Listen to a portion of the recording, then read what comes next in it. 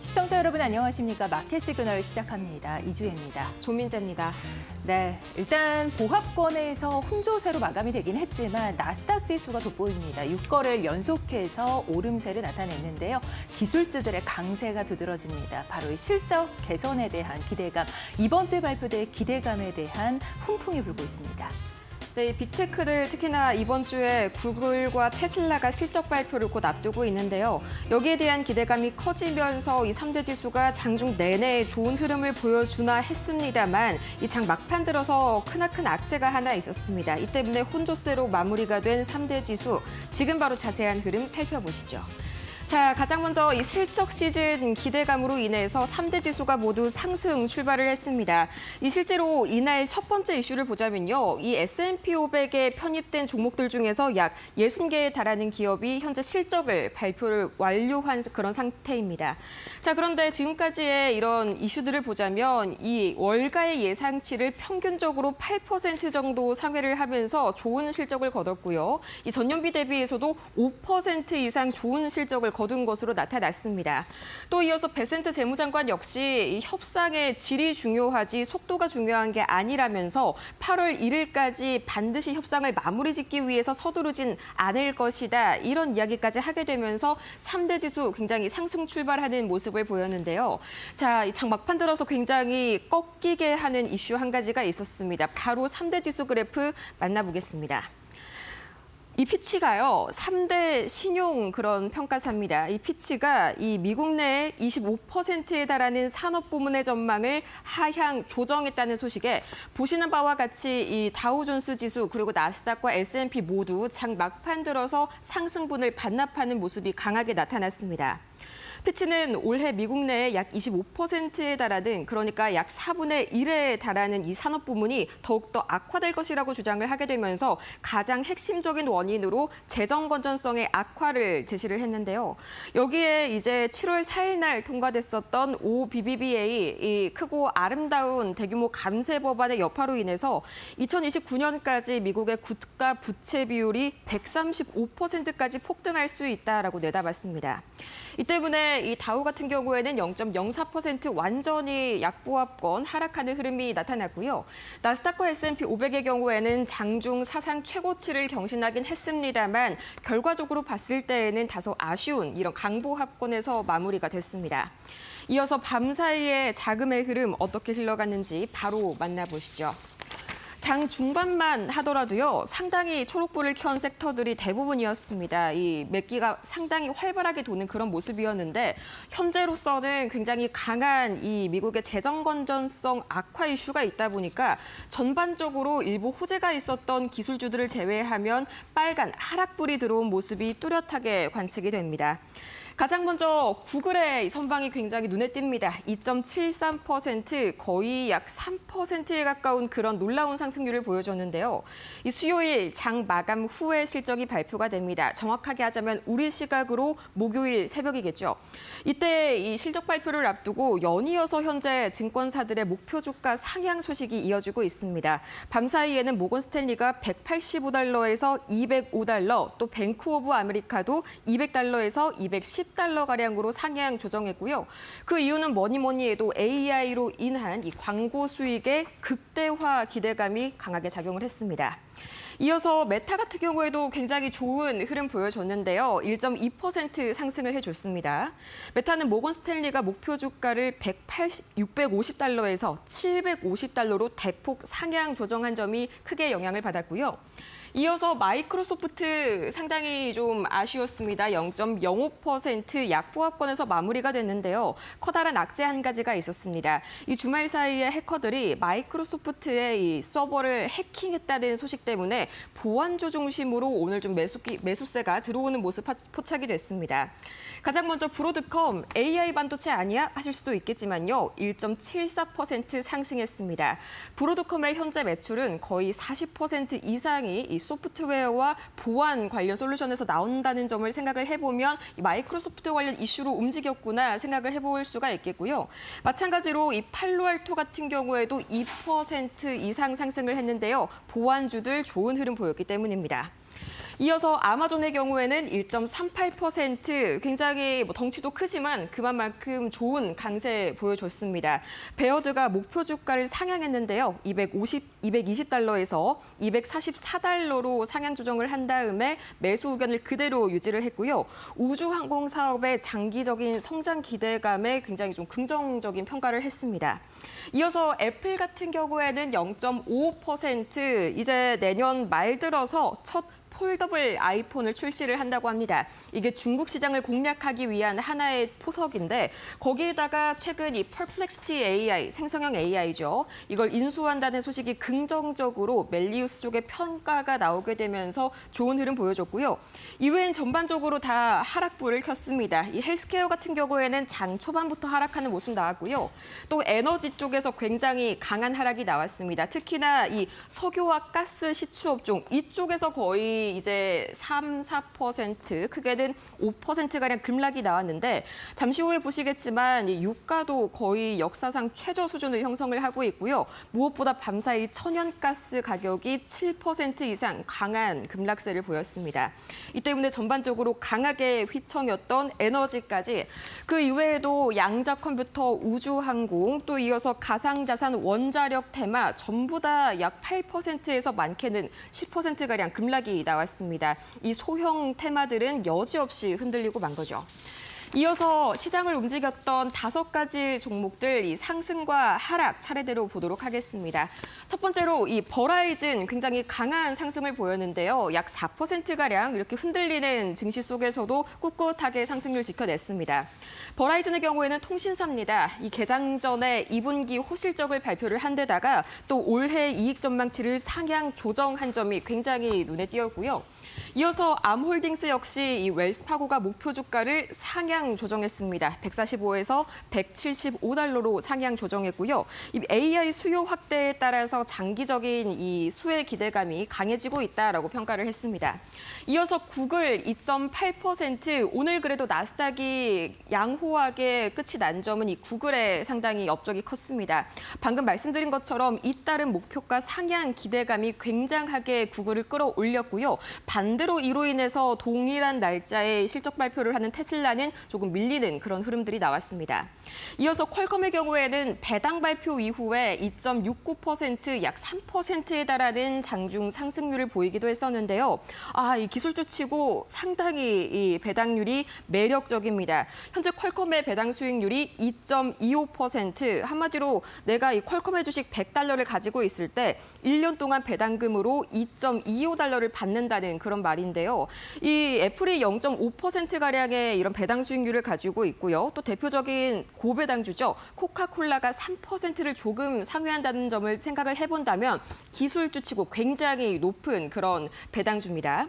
이어서 팔로알토, 방금 말씀드렸던 것처럼 보안 이슈로 떠올랐고요. 오늘 전반적으로 에너지주들 강하게 흔들렸습니다. 이 천연가스에 대한 재고가 생각보다 많이 남아있다라는 소식 때문에 오늘 국제 천연가스 가격이 7.15%가량 마이너스로 끝이 났는데요. 여기에 더해서 룰루레몬까지 2.85% 급락하게 되면서 이 다우지수를 중심으로 강하게 막판에 이 하락세를 펼치는 모습들이 나왔습니다. 이렇게 해서 뉴욕 증시 마감 상황을 살펴봤습니다. 네, 다음 특징주 살펴보도록 하겠습니다. 먼저 기술주부터 함께 보시죠. 일단 테슬라는 내렸고 알파벳, 애플은 올랐습니다. 지금 M7 종목 가운데서 간밤에 내렸던 종목은 테슬라와 엔비디아였습니다. 사실상 낙폭이 크지는 않았지만 그래도 밀리는 모습이 나타났는데요.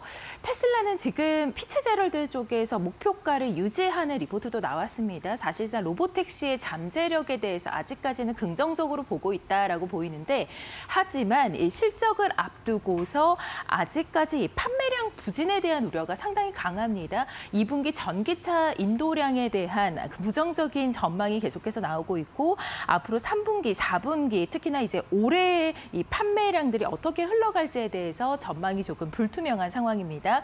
23일에 실적 발표를 지금 앞두고 있는 상황이라는 점 말씀을 드리고요. 알파벳도 역시 같은 날입니다. 실적 발표 23일 현지 시각으로 발표가 될 예정 예정입니다. 2%가량 올랐는데요. 알파벳은 지금 실적 기대감이 상당히 큰 상황입니다. 3% 가까이 오름세를 나타냈습니다.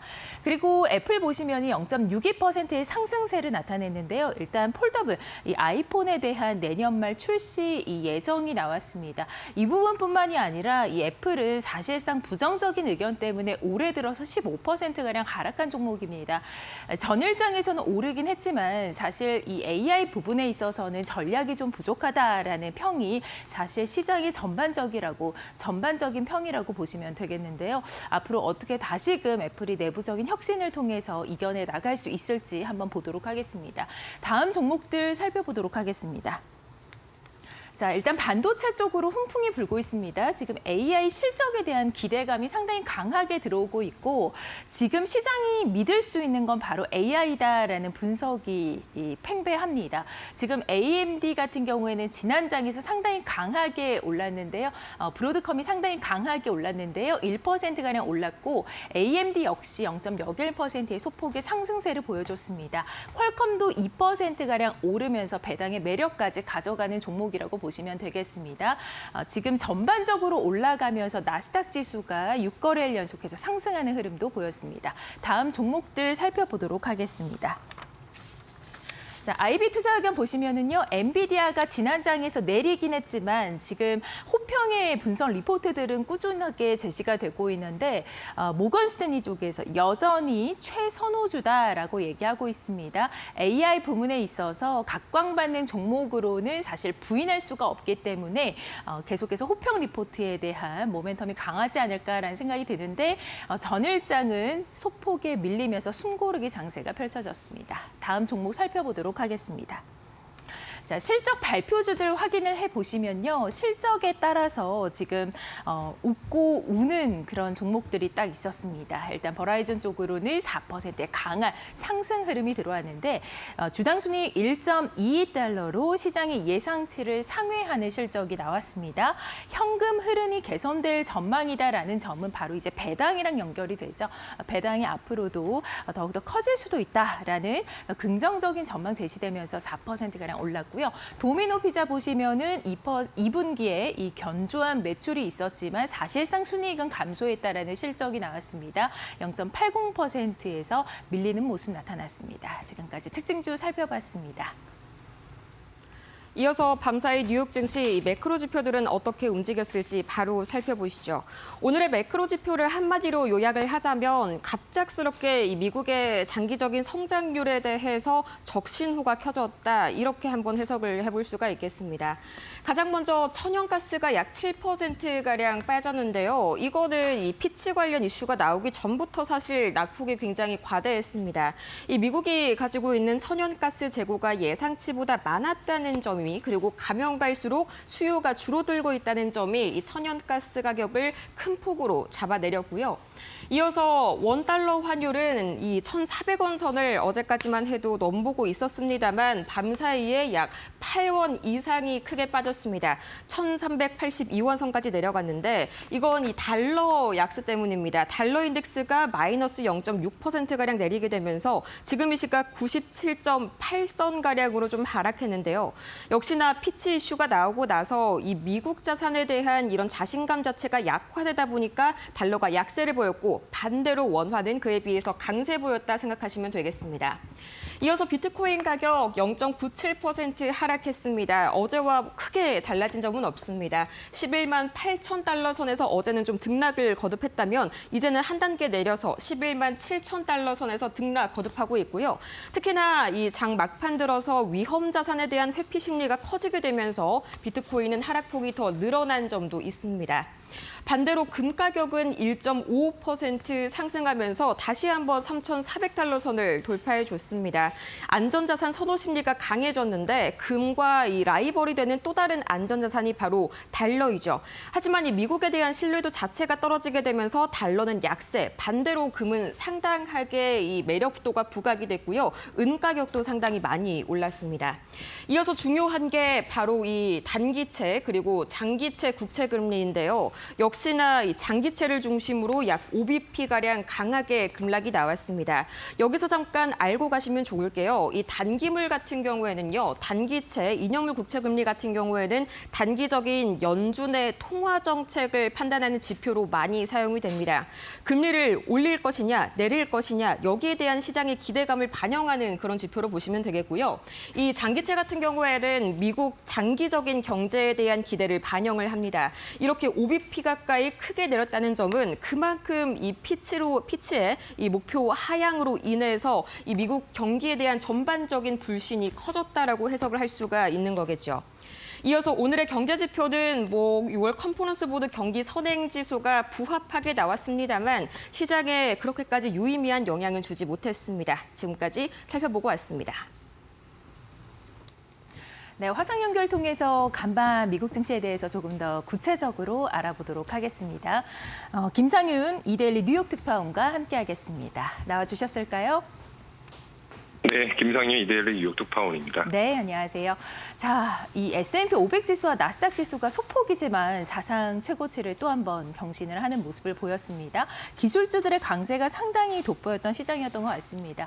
8월 1일로 예정이 된 이 관세 부과 시점을 앞두고 투자자들이 또 유예가 되지 않을까라는 낙관론을 펼치고 있고 또 기업 실적 상향에 대한 기대감도 상당히 강한 상황인데요. 현재 어떻게 보고 계실까요? 네, 그렇습니다. 나스닥과 S&P 500이 장막판 상승폭을 일부 줄이긴 했지만 또다시 사상 최고치를 경신했습니다. 빅테크 실적에 대한 낙관론이 트럼프 관세에 대한 우려를 짓누르면서 위험 선호 심리가 여전히 살아있는 분위기입니다. 팩트셋에 따르면 현재까지 S&P 500 소속 62개의 기업이 실적을 발표했는데 이 중 85% 이상이 시장 전망을 상회했습니다. 기업들의 실적이 예상보다 좋게 나오는 것도 있고요. 워낙 관세 리스크에 시장에서 실적 기대치를 상당히 낮추는 것도 있습니다. 특히나 아직까지 빅테크들은 관세 영향보다는 AI 성장에 따른 실적 개선세가 뚜렷하게 나오고 있습니다. 빅테크들은 높은 마진과 시장 점유율 확대로 우위를 지속하고 있기 때문이죠. AI가 명백히 구조적 성장 동력으로 작용하고 있는 것입니다. 월가 주요 전략가들 중에서 가장 강세론자로 꼽히는 크리스토퍼 하비 웨스파고 미국 주식 전략 책임자는 연말 S&P 500 지수 목표치를 7,007포인트로 유지하고 있습니다. 이는 약 현재보다 10%가량 더 상승 여력이 있다는 것입니다. 그는 AI가 일시적 유행이 아닌 실질적인 장기 트렌드라고 강조하고 있습니다. 특히 밸류에이션 과열 부담에 대해서도 과거와 달리 AI로 인해 생산성이 대폭 향상된 만큼 현재 주가가 과열된 게 아니라고 반박하고 있습니다. 이번 주에는 테슬라와 알파벳의 실적이 발표될 예정입니다. 월가 예상을 웃돈 실적이 나온다면 당분간 랠리는 지속될 수 있습니다. 네, 뱅크 오브 아메리카 쪽에서도 이 2분기 실적에 대해서 이 전년 대비해서 전반적으로 5% 넘게 오를 것이다라고 내다봤는데 아마 이러한 기조가 지금 같이 가고 있는 게 아닌가 싶습니다. 자, 이 스콧 베센트 미국 재무장관이 이 8월 1일 관세 협상 부과 시점을 앞두고 질 높은 합의가 상당히 중요하다라는 발언을 또 내놓았습니다. 트럼프 대통령이 협상 시점보다는 이 협상의 질을 중시한다라는 발언으로 해석이 되는데 이 부분 정말 믿어도 되는 걸까요? 네, 베센트 미국 재무부 장관이 이날 CNBC와 인터뷰에서 상호관세 유예 시한인 8월 1일도 한 차례 더 연기될 가능성을 일부 열어두긴 했습니다. 그는 협상이 진전 중인 국가들에 대한 시한 연장 가능성에 대해 대통령이 어떤 결정을 내릴지는 지켜봐야 한다면서도 결국 더 강력한 관세는 더 나은 협정을 이끌어내는 수단이 될 수 있다고 재차 강조했습니다. 전날 하워드 러튼이 상무장관도 8월 1일 이후에는 협상은 열려 있지만 해당 국가들은 관세를 납부해야 할 것이라며 이 시한은 행정부가 정한 엄격한 데드라인이라고 밝힌 바 있죠. 결국 교육국이 가져올 협상안이 얼마나 충분할지가 관건입니다. 베센트 장관은 트럼프 대통령이 예고한 8월 2일 고유 관세부와 관련해 더 높은 수준의 관세가 협상 대상국으로 하여금 더 양질의 합의안을 만들어오게 하는 것이라면서 트럼프 대통령이 중시하는 것은 협상 시점이 아니라 질이라고 강조했습니다. 협상안이 충분하다면 교육국이 고유 관세를 피할 수 있다는 점을 다시 강조한 것이죠. 미국 내에서는 트럼프 대통령이 실제로 다음 달 고유 관세를 단행할지 아니면 다시 한번 연기할지를 두고 관측이 엇갈리고 있습니다. 일부 기업과 투자자들은 관세 시향에 대비하고 있으며 또 다른 일부는 트럼프 대통령이 협상 전술로 보고 유예 가능성에 무게를 두고 있습니다. 교육국들은 이제 10일 정도 남은 시점에서 복잡하게 머리를 굴리고 있습니다. 한국 역시 위성락 안보실장이 방미를 한 가운데 이번 주 내 구윤철 부총리와 김정관 산업부 장관도 미국을 방문할 예정인 것으로 알려져 있죠.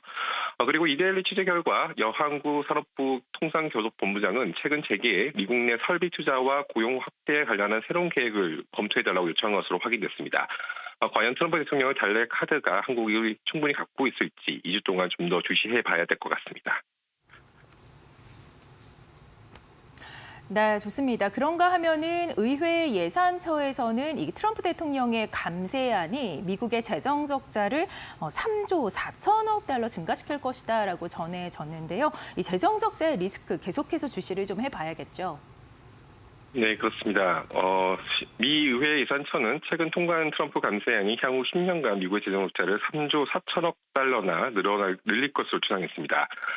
이 법안이 기존 예비 세수를 4조 5천억 달러 감소시키는 반면 지출은 고작 1조 1천억 달러 줄어들 수밖에 없다고 본 것이죠. 결국 세수 펑크 폭이 더 커지는 것입니다. 이 분석은 경제 성장률이나 금리 변화 등 법안이 장기적으로 미칠 동투적 효과도 반영하지 않았습니다. 만약 경기가 침체된다면 재정 적자 폭은 더욱 커질 수 있습니다. 경제학자들은 미국의 재정 적자가 이미 역사적 수준에서 높은 만큼 더욱 악화될 수 있고 이는 차입 비용과 물가 상승 압력으로 이어질 수 있다고 경고하고 있습니다. 트럼프 행정부는 감세로 인한 재정 적자를 관세로 메울 수 있다고 계속 주장하고 있습니다. 결국 시장이 예상했던 10% 기본 관세보다 세수율이 보다 상향될 가능성이 있는 것이죠. 현재 트럼프 대통령이 발표한 상호 관세율만 봐도 평균 20%에 달합니다. 재정 적자가 늘면서 국채 발행이 늘고 금리가 4%로 웃도는 상황에서 재정 적자는 더욱 늘어날 수 있는 것이죠. 이런 상황에서 트럼프 행정부는 관세율을 대폭 내리기가 어려운 상황입니다. 즉, 미 증시가 사상 최고치를 경신하고 있지만 그 이면에는 이런 구조적인 문제가 있다는 점을 다시 한번 주의 깊게 살펴봐야 할 것 같습니다. 네, 좋은 말씀 감사드립니다. 오늘은 이 김상윤 이데일리 뉴욕 특파원과 함께 했습니다. 자, 오는 23일에는 알파벳과 또 테슬라 실적 발표 앞두고 있다는 점 다시 한번 알려주셨고요. 자, 여기까지 현장 연결 알아봤습니다. 고맙습니다. 네, 감사합니다. 네, 오는 23일에 이 실적 발표들 조금 더 주목해야 된다는 점 다시 한번 말씀을 드리면서 현장 연결 여기서 마무리하겠습니다.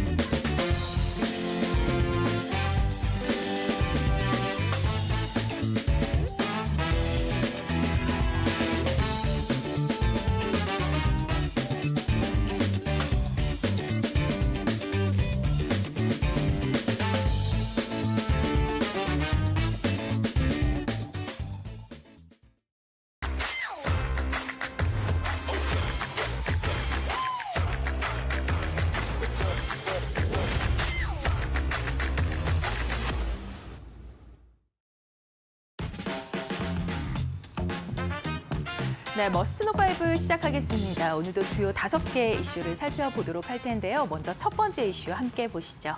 자, 미국 재무장관이 8월 1일 지금 모두가 주목하고 있는 관세 협상 부과 시점 기일이죠. 이 8월 1일 기한보다는 질 좋은 무역 합의에 좀 관심을 가져야 한다라고 이야기했습니다. 중요한 것은 이 합의를 하는 것이 아니라 무역의 합의의 질이라고 이야기했습니다. 이어서 트럼프 대통령은 최대 한도의 지렛대를 만들었다며 우리는 8월 1일까지 합의하는 것보다 질 높은 합의를 하는 것에 더 관심이 많다라고 강조했습니다. 또 미국과 영국, 베트남에 이어서 최근 무역 합의를 이룬 인도네시아와의 협상을 소개하면서 그들은 총 5차례 합의안을 가져왔는데 첫 제안이 매우 좋았지만 다시 수정안을 들고 왔다며 인도네시아의 제안은 점점 좋아졌고 결국 환상적인 합의를 했다라고 밝혔습니다. EU와의 협상에 대해서는 EU의 거대한 무역 적자를 우리가 안고 있는데 관세의 수준은 그들에게 더 영향이 크다라고 말했습니다.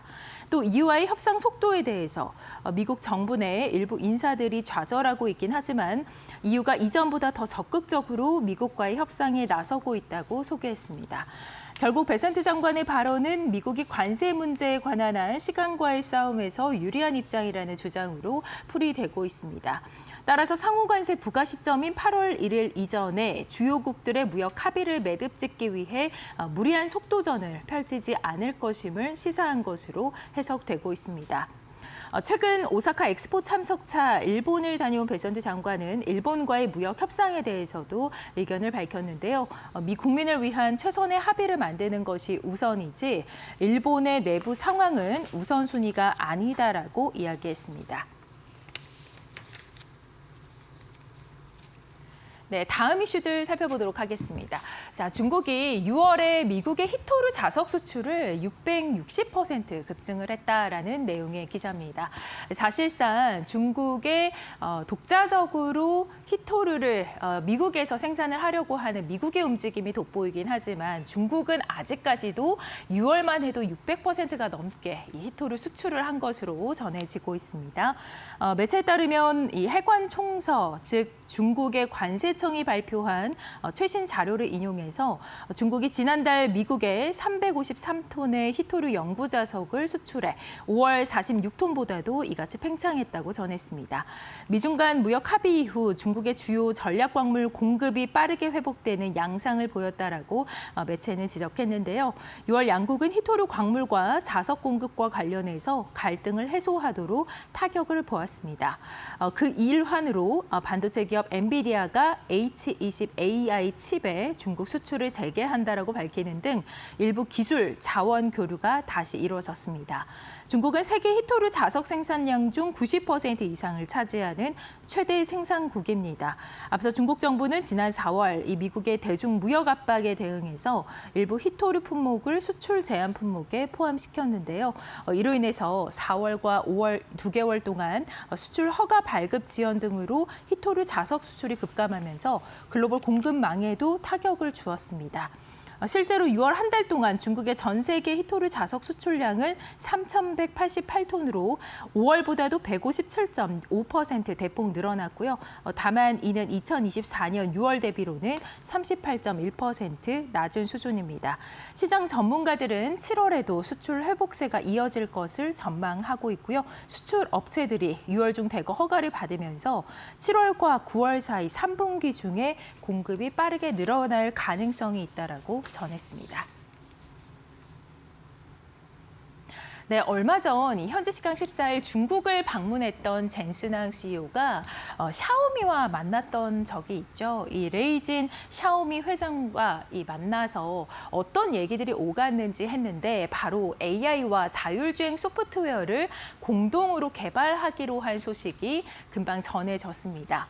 자, 엔비디아는 이 샤오미와 함께 AI와 자율주행 관련 소프트웨어 공동으로 개발을 하겠다라고 밝혔습니다. 최근 중국 베이징을 방문한 이 샤오미 회장 겸 CEO 레이징과 엔비디아의 CEO 젠슨 황이 만나서 AI 또 자율주행 소프트웨어를 포함한 다양한 분야에서 협력을 하고 있다라고 전해지고 있는데요. 황 CEO는 인터뷰에서 샤오미 창립 초기부터 레이징과 협업을 해왔으며 지금도 AI와 자율주행 등 여러 프로젝트를 공동으로 개발 중이라고 밝혔습니다. 이어서 그는 처음 레이진을 만났을 때 그는 매우 젊었지만 그가 훌륭한 성공을 이룰 것이라는 걸 첫날부터 느꼈다라면서 CEO에 대해서 극찬하는 발언을 하기도 했습니다. 네, 앞서 말씀드린 대로 오는 23일에 이 테슬라와 알파벳의 2분기 실적이 나올 예정입니다. 어떤 실적이 나올지 시장은 다양한 전망들을 내놓고 있는 상황인데요. 조금 소개를 해드리자면 이 미국의 알파벳에 대해서 지금 상당히 호평이 나오고 있습니다. 실적이 개선될 것이다라는 얘기들 쏟아지고 있고 테슬라 역시 테슬라는 반대로 이 시장에서는 큰 기대를 받지 못하고 있는 상황입니다.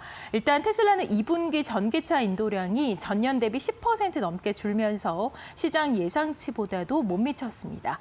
팩트셋 리서치에 따르면 전 세계 자동차 판매량이 13% 이상 감소할 것으로 예상되는 가운데 테슬라의 2분기 매출도 12%가량 감소할 것으로 예상되고 있습니다. 다만 이 테슬라가 텍사스 오스틴에서 펼친 로보택시 서비스가 개시된 상황이어서 향후 계획에는 관심이 모아지고 있습니다. 테슬라 주가는 이 일론 머스크 CEO와 도널드 트럼프 미국 대통령 간 갈등 속에서 변동성이 상당히 큰 양상을 최근 보여주고 있는데요. 300달러 아래까지 떨어졌던 주가가 현재는 329달러 수준까지 기록을 하면서 300달러 선은 회복한 상황입니다.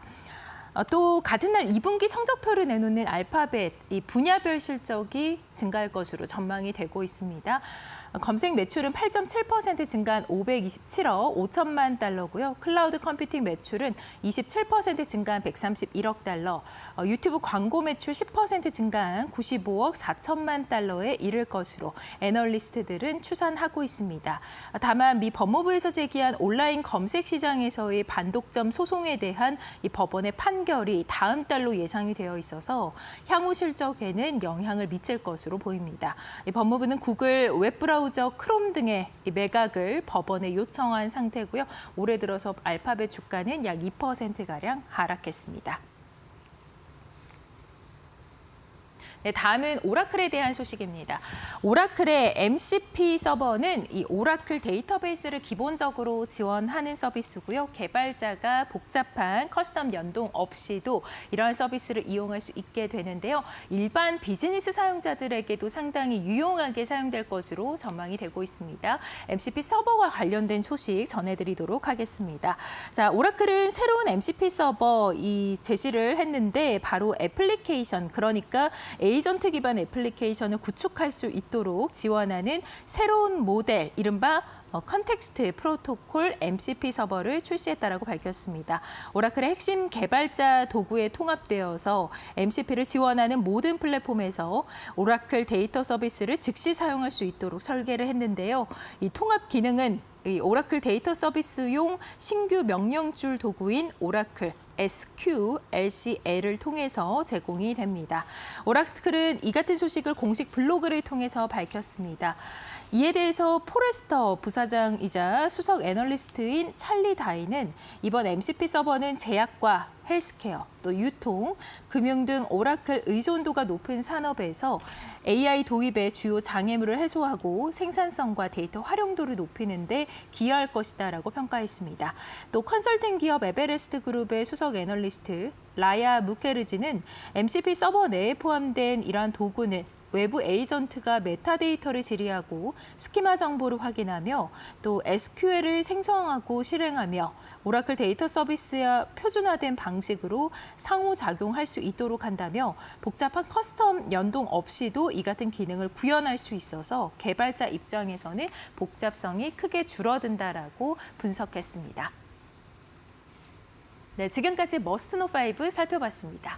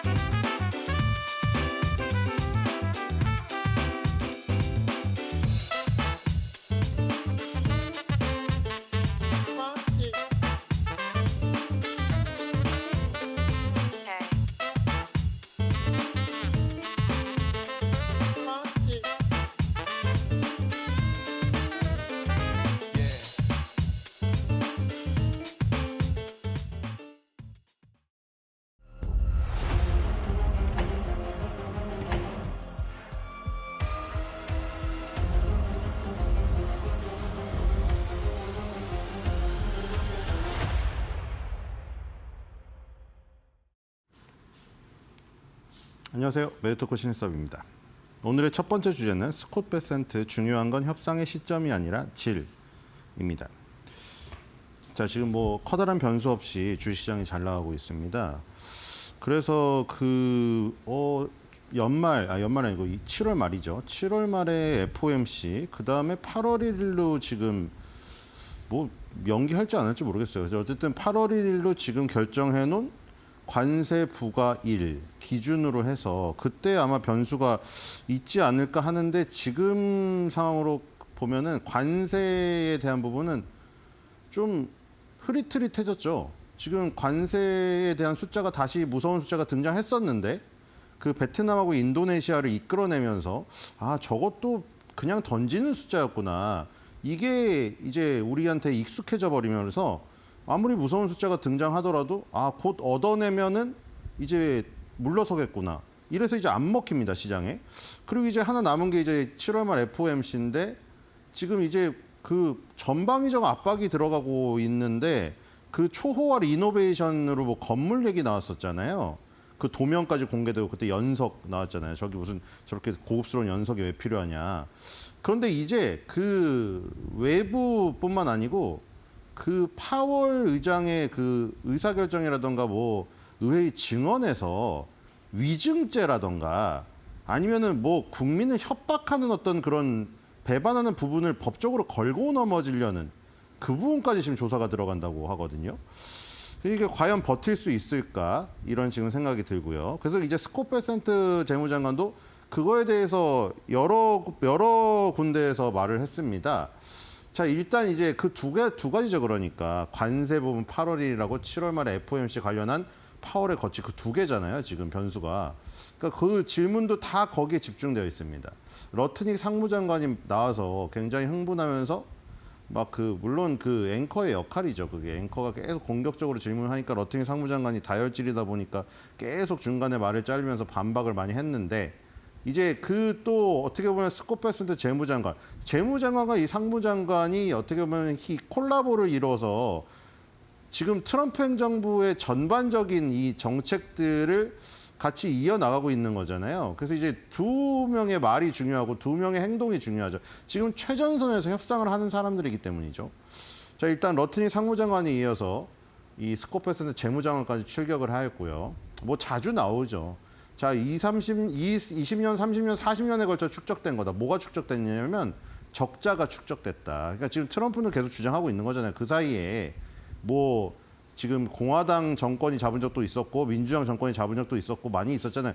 부시 시절도 있었고 그쵸? 클린턴 시절도 있었고 바이든 시절도 있었고 근데 그 어떤 대통령도 이것에 대해서 아무도 짚고 넘어가지 않았고 알고 있으면서도 그냥 내 임기 때 굳이 저걸 속속이고 싶지 않아서 그냥 좋게 다 넘어갔다 이거죠. 근데 나는 이걸 두고 볼 수가 없다는 거죠. 이 적자를. 그래서 이제 이거를 완전 뒤엎으려고 지금 이런 거를 지금 한 건데 그 중국의 펜타닐 관세 부과하면서 그 시작된 거죠. 어떻게 보면 캐나다, 멕시코, 중국 이 세 개를 때리면서 이제 선제 폭격식으로 시작을 한 건데 자, 그래서 지금 이 오래된 적자를 뒤엎으려고 이 행동들을 개시한 건데 그렇다고 해서 급하게 뭐 40년치 묵은 적자를 단 하루에 뭐 저기를 뒤엎을 생각은 없다. 대신에 8월 1일 날 관세 부과는 확실하다고 상무장관도 그랬고 재무장관도 그랬습니다. 그러니까 8월 1일 이후에 협상은 계속 되겠지만 그러니까 8월 1일 이후에 관세 부과를 해가지고 이제 협상을 완전 문을 닫고 절대 이 관세에서 안 내려줘 이건 아닌데 8월 1일부터 내가 말한 관세가 부과되는 건 사실이라고 이렇게 말을 한 겁니다. 그리고 이제 시간적인 문제 때문에 자꾸 지금 지적을 하고 있잖아요. 8월 1일이 지금 얼마 안 남았는데 지금 사실상 뭐 몇 개 나왔나요? 지금 3개 나왔나요?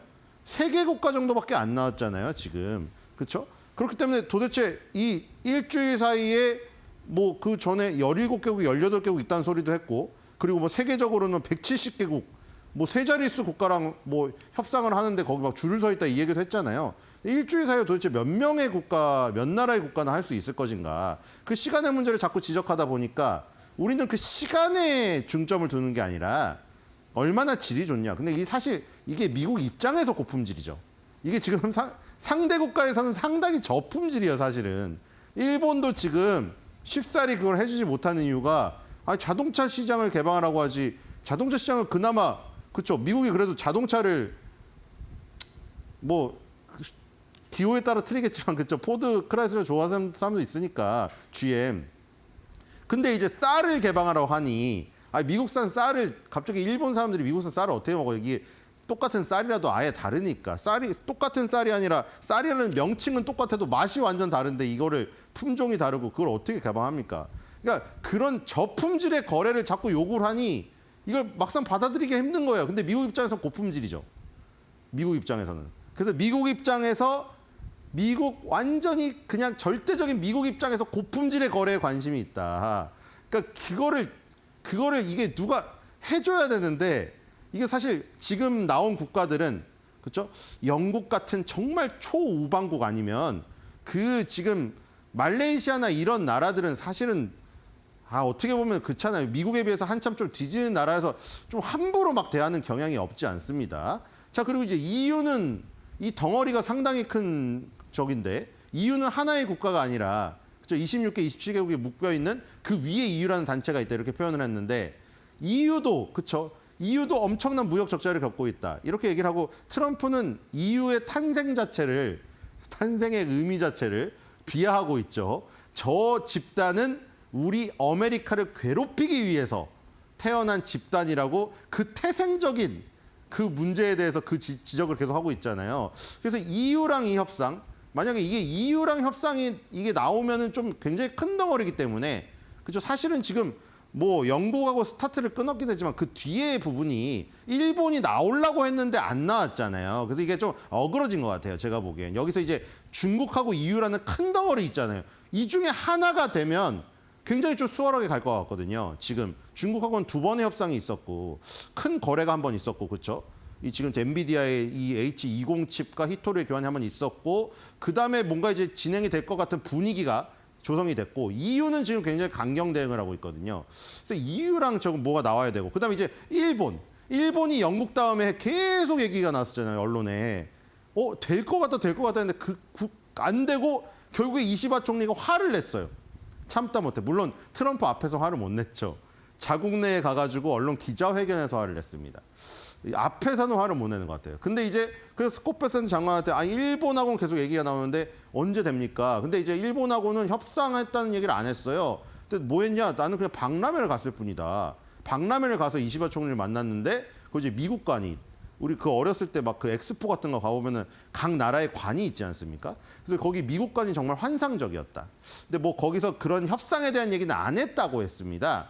자, 그다음에 이제 파월 얘기가 안 나올 수가 없는 거죠. 지금 이거 굉장히 중요한데 이 FOMC는 지금 금리 동결 의견이 절대적이거든요. 지금 마켓워치도 그렇고. 그런데 여기서 만약에 그 마이너리티 리포트 있죠. 그게 나오는 게 굉장히 중요합니다. 왜냐하면 이게 파월의 리더십의 문제이기 때문에. 지금 크리스토퍼 윌러 주지사는 자기가 금리 인하에 찬성한다고 했어요. 그리고 미셸 보우만도 저기 매파였는데 돌아섰잖아요. 지금 비둘기파로. 왜냐하면 지금 트럼프가 금융감독 부의장에 앉혀줬잖아요. 그리고 나서 나머지 중에서 투표권을 가진 사람들 중에서 몇 명이 더 배신을 하는가. 그럼 이게 FOMC가 금리 동결을 결정하도록 마이너리티 리포트 금리 인하가 3-4명 나와버리잖아요.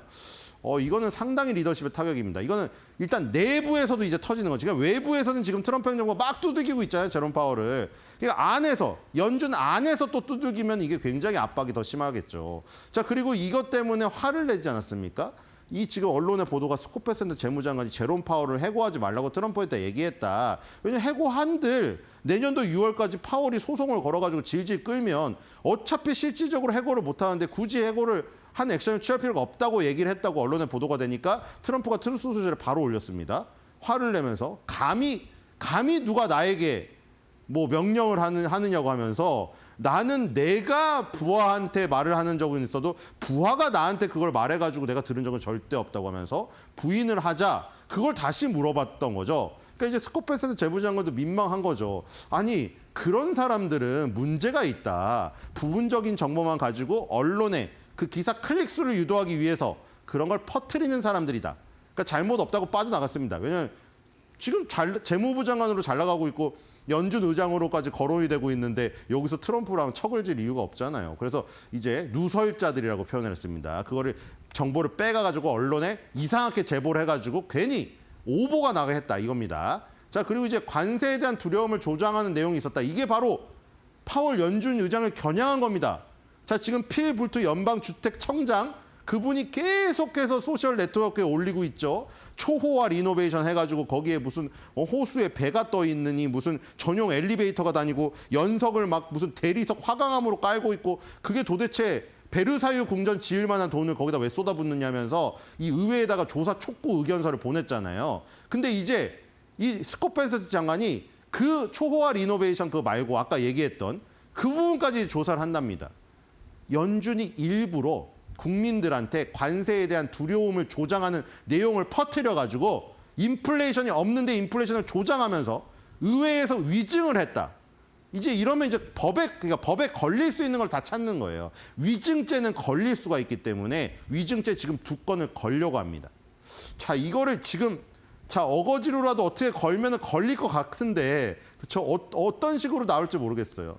어쨌든 그 사람들이 도대체 무슨 일을 하는지 모르겠다. 이 트럼프랑 계속 얘기가 갔죠. 트럼프도 계속 펜대로 몇 초만 사인을 하면 될 거를, 금리 인하에 사인을 하면 될 걸, 쉬운 세상에서 가장 쉬운 직업일지도 모르는 그렇게 표현했습니다. FRB 의장이 그 펜대 하나 안 굴려가지고 지금 국민들에게 매년 7천억 달러의 적자를 쏟아붓게 하고 있다. 이러고 있죠. 자, 그래서 앨런 상원 의원이 또 등장합니다. 그 민주당 상원 의원인데 굉장히 이 공화당의 어떤 주장에 반대하는 이런 사람으로 좀 알려져 있는데, 그래서 그분이 그런 얘기를 했어요. 파월이 만약에 밀려나거나 해고되면, 그러니까 그거죠. 사임하거나 퇴임을 하거나 무슨 잘리게 되면은 시장이 어떻게 될 거냐고 했을 때 워런 상원 의원이 지금 충격이 심하기 때문에 대비해야 된다고 했습니다. 근데 스콧 베센트 재무장관 모든 걸 알고 있죠. 워런 상원 의원 평소에 파월 의장을 그렇게 엄하게 대하더니 갑자기 왜 지금 태세 전환하시죠? 이렇게 꼬우면서 넘어갔습니다. 왜냐하면 이 민주당의 이중성이 많이 드러난 게 있거든요. 이 지금 낸시 펠로시도 마찬가지잖아요. 낸시 펠로시 주식을 엄청 많이 갖고 있어서 트럼프 행정부에서 지금 그 엔비디아니 매그니피센트 세븐이 엄청 올랐잖아요. 낸시 펠로시가 갖고 있는 주식이 엄청 올랐어요. 그래가지고 지금 굉장히 좋은 상황이죠. 그러니까 이런 부분들을 항상 지적을 하기 때문에, 그렇죠? 그래서 이제 옐런 상원의원도 마찬가지죠. 파월 의장을 평소에는 맨날 엄하게 논평을 하더니 지금에 와서 공화당이 파월을 해임시키려고 하니 파월이 해임되면 시장에 충격이 있어서 안 된다. 이러고 있는 게 참 우스꽝스럽다. 이런 얘기를 했습니다. 자, 지금 그다음에 이제 아까 EU 나왔고 이제 중국. 그러니까 이 큰 덩어리 둘구쟁이 하나만 지금 되면은 굉장히 수월하게 갈 수가 있어요. 중국 얘기가 안 나올 수가 없죠. 스위스 제네바에서 아름다운 그 호수 앞에서 하면서 그때 분위기가 참 좋았습니다. 그때 스위스 선수들 감사하다고 했잖아요. 이런 아름다운 회의장을 제공해줘서. 그것도 중요한 것 같아요. 그렇죠? 아름다운 회의장과 막 그런 데서 약간 분위기가 녹을 수가 있잖아요. 일단 제네바에서 회의를 하고 런던에서 회의를 한 다음에 바로 그게 나온 겁니다. 근데 아마 물밑에서 젠슨원 회장의 역할이 컸다. 다들 그렇게 평가하고 있죠. 젠슨원 회장이 트럼프를 직접 만나서 설득을 했다. 그 설득에 당했다는 거죠. 당했다기보다 이제 그 설득이 정당성이 있어서 수긍을 한 거죠. 그러니까 좋은 여행 보내고 와 젠슨왕하고 중국에 보내준 거 아니에요, 지금. 그래서 H20을 내주는 대가로 히토류 수출 제한을 푸는. 왜냐하면 지금 당장 히토류 수출 제한을 중국이 막고 있는 가운데 MP 머티리얼스 하나 가지고는 좀 할 수가 없어요. 지금 그 정제 능력에서 수년을 앞서가고 있답니다. 물론 인공지능에서는 미국이 앞서가고 있죠. 그러니까 이게 세상이 참 이런 게 어떤 균형의 저울을 정말 신이 있다면 이걸 맞추고 있다는 지금 생각이 듭니다.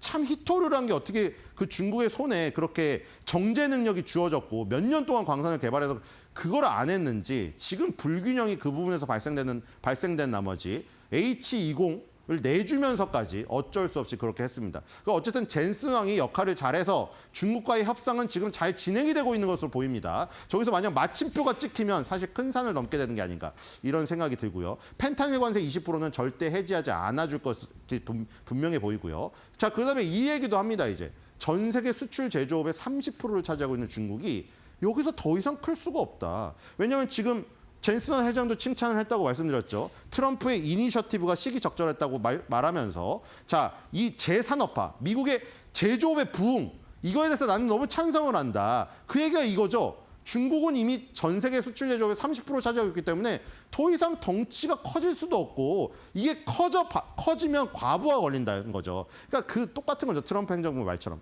자, 중국으로 갔던 방글라데시, 미얀마로 갔던 공장들 다 미국으로 돌아오세요.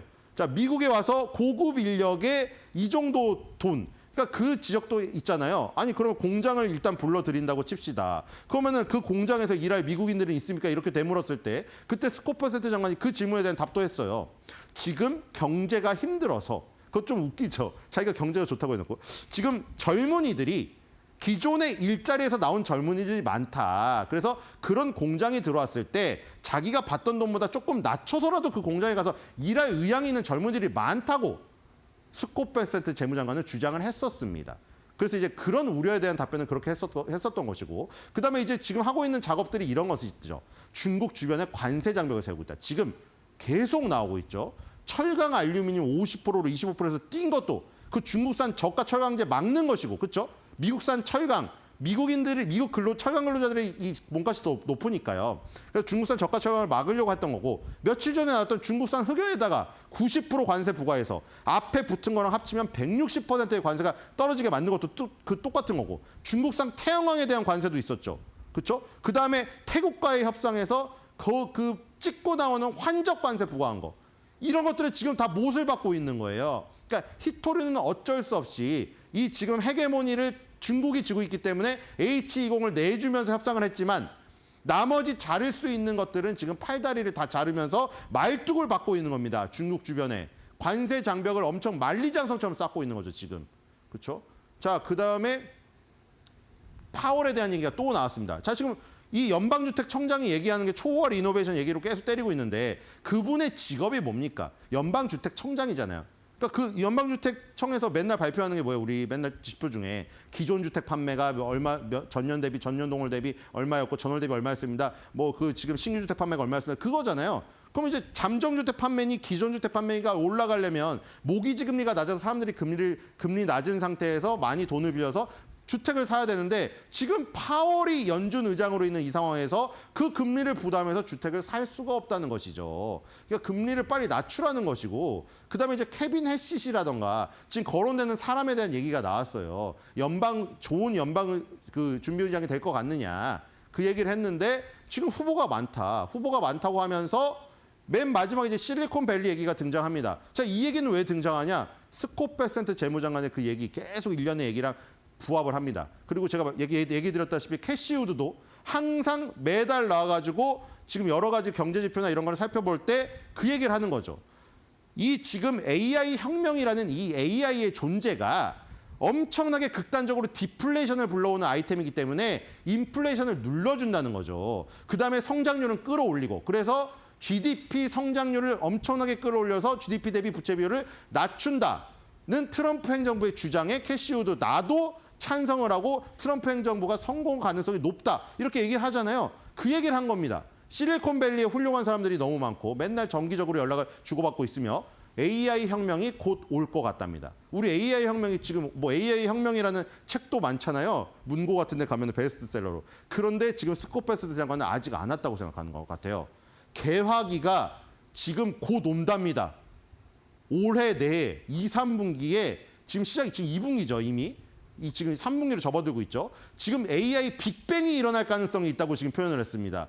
그래서 그 AI 빅뱅이 일어나면 GDP 성장률이 엄청나게 가파르게 오르니 요 부채 금액을 파월이 안 깎아줘도 부채 비율이 낮아진다. 물론 파월 의장이 해임되거나 비둘기표가 앉혀가지고 금리를 낮춰주면 더 좋겠죠. 어쨌든 간에 이런 얘기를 했고요. 자, 두 번째입니다. 젠슨왕 상호 의존적 자세와 공급망이 AI 시대의 필수 덕목. 자, 젠슨왕 회장은 아주 기분 좋게 H20을 들고 가갖고 중국에서 막 자랑을 했죠. 자, 드디어 내가 돌아왔습니다. H20. 앞으로는 H20보다 더 성능 좋은 중국 맞춤형 칩을 계속 공급할 수 있게 되었습니다. 자, 이제 CCTV에 출연했습니다. CCTV에 면대면이라는 코너에 출연했습니다. 아주 얼굴이 밝죠, 지금. 피부도 완전히 무슨 저 뽀송뽀송해서 빛이 납니다, 지금. 자, 공급망 박람회라는 곳에 참석을 했어요. 이름이 재밌죠, 공급망 박람회. 자, 공급망 박람회라는 것이 중국의 이제 공급망을 유지하고 있는 이 정재계 인사들이 참여해가지고 회의를 하는 겁니다. 컨퍼런스인데 세계에서 가장 큰 공급망 중 하나를 운영하고 있기 때문에 그게 기적과 같다는 것이죠. 그리고 이제 전 세계 공급망의 나머지 부분을 위한 장비 제어 시스템 구성 요소를 개발하고 있다. 자, 그리고 이 메타가 초진이라고 지금 AI를 뛰넘는 거 뭐 인재 발표했는데 거기에 거의 30%가 중국 사람들이죠.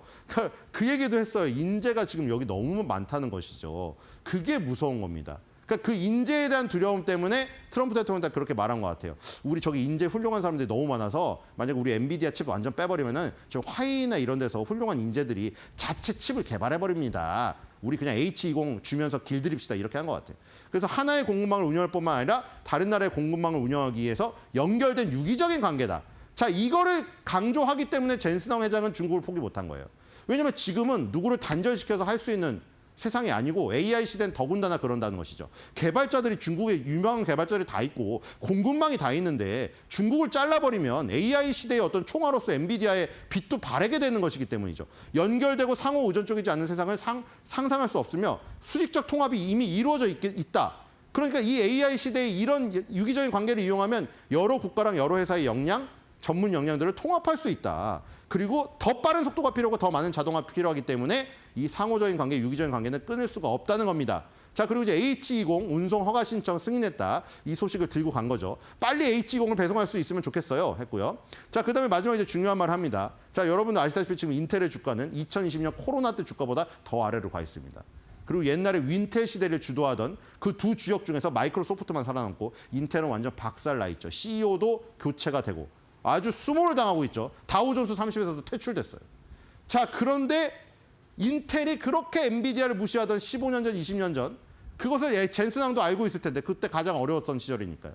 지금 저는 상호 유기적인 관계, 이런 공급망적인 요 안에서 인텔의 CPU를 많이 사고 있다. 그리고 쿠다에 대한 얘기도 계속 해왔죠. 쿠다 생태계 너무 강력해서 우리가 갑질을 한다고 하고 있지만 우린 다 공개되어 있다. 누구나 와서 같이 써라.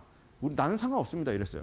자, 인텔 CPU를 많이 쓰고 우리랑 경쟁하기 위해서 칩을 만드는 회사의 클라우드 서비스를 이용하고 있다. 이게 바로 상호 유기적인 관계고 공급망이 세계적으로 퍼져 있는 가운데 누구 하나 자를 수 없고 같이 가야 되는 이유라고 얘기를 했습니다. 자, 굉장히 중요한 부분이죠. 상호 의존적.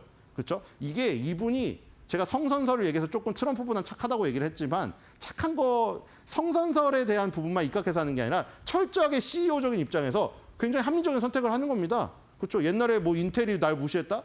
지금 인텔의 CPU가 필요하니까. 자, 이 장면 사파를 그렸습니다. 자, 15년 전 영상. 지금 유튜브에 검색해 보셔도 1000만에 넘죠, 조회수. 그 GPU에 대한 부분, CPU에 대한 부분은 CPU가 기계에서 쏴서 물감을 싸서 스마일을 그렸죠. 스마일 모양을 그리는데 점 하나씩 찍었죠. 그 다음에 GPU에 대한 성능을 알려주기 위해서 물감을 한 번에 써서 모나리자를 그리는 그 15년 전 영상. 그 댓글에 뭐라고 달려 있습니까? 15년 전에 이미 엔비디아는 힌트를 줬었다. 그렇죠? 근데 지금 어떻게 됐습니까? 지금은 슈퍼칩을 구성해야 되기 때문에 그렇게 예전에 자기를 무시했고 지금 인텔이 지금 패망해 있지만 인텔의 CPU를 가장 많이 공급하는 게 엔비디아며 그 CPU랑 GPU를 조합해서 이제 새로운 모나리자를 그리는 시대가 왔다는 것이죠. 자, 젠슨 회장은 정말 그렇죠? 대단한 사람이 아닐 수가 없습니다. 그렇죠? 오늘의 한 주 매드평입니다. 그래서 인텔의 CPU, 엔비디아의 GPU 결국 합쳐서 슈퍼칩으로 데이터 센터에서 인공지능을 학습시키는 요 새로운 두뇌 칩으로 지금 진화하고 있죠. 자, 오늘 그래서 이걸로 한 줄 매드평을 만들어봤습니다. CPU 플러스 GPU equal with you 모나리자.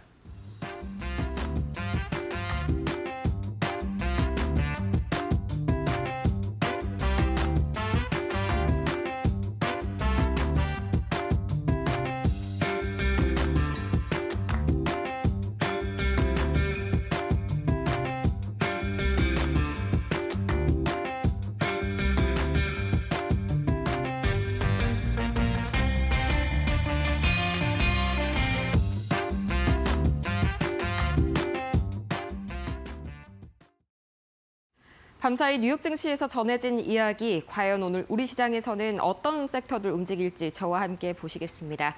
첫 번째 이슈인데요. 애플이 드디어 이 폴더블 접히는 그런 아이폰을 내년 말에 처음으로 출시할 예정이다. 이런 외신 보도가 밤사이에 또 나왔습니다.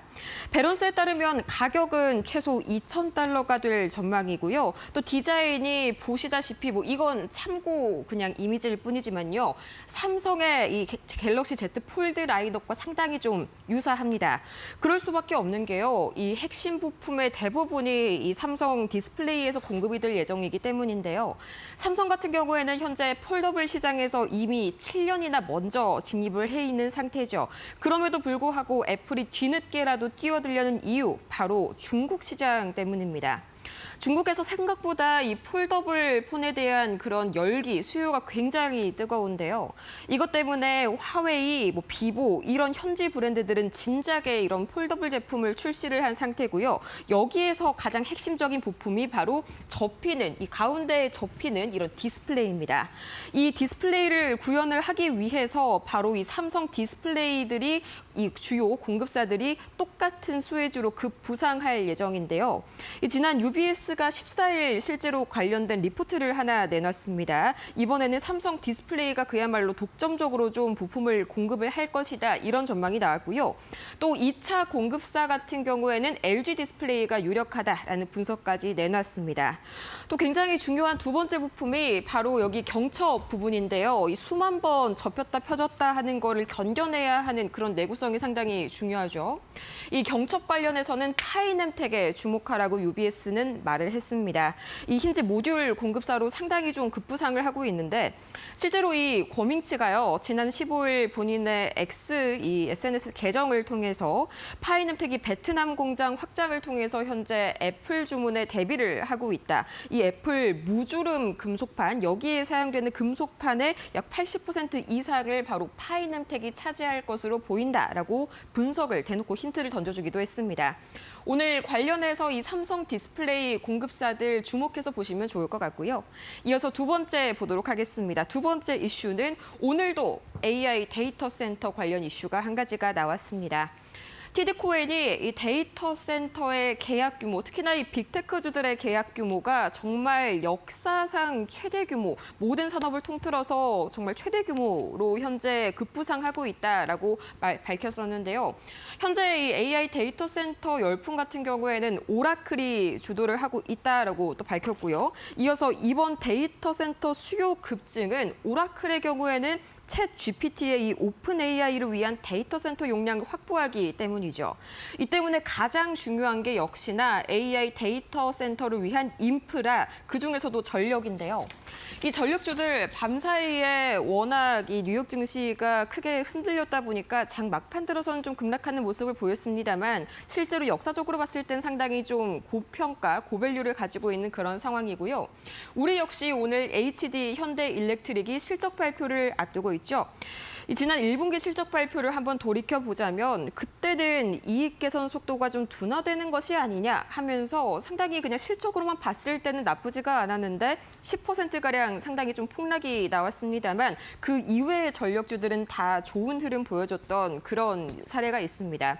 오히려 그 이후에 들어온 수주가 더 많이 확대가 된 만큼 오늘은 특별히 세론만 나오지 않는다면 좋은 흐름, 어닝 서프라이즈도 한번 넘볼 수 있지 않을까 하는 시장 기대감 모아지고 있고요.